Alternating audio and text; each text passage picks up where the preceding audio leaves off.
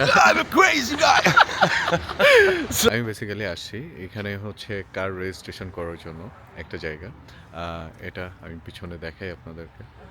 এটা হচ্ছে ক্রোয়েশিয়াতে কার রেজিস্ট্রেশন করাই এখানে।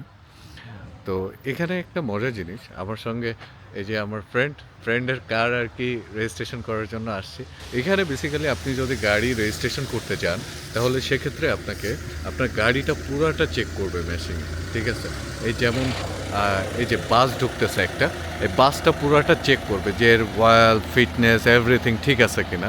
এটা আমাদের বাংলাদেশে খুবই প্রয়োজন। এটার ফিটনেস পুরাটা যদি ঠিক থাকে তখন আপনাকে রেজিস্ট্রেশন কার্ড দেবে, ঠিক আছে?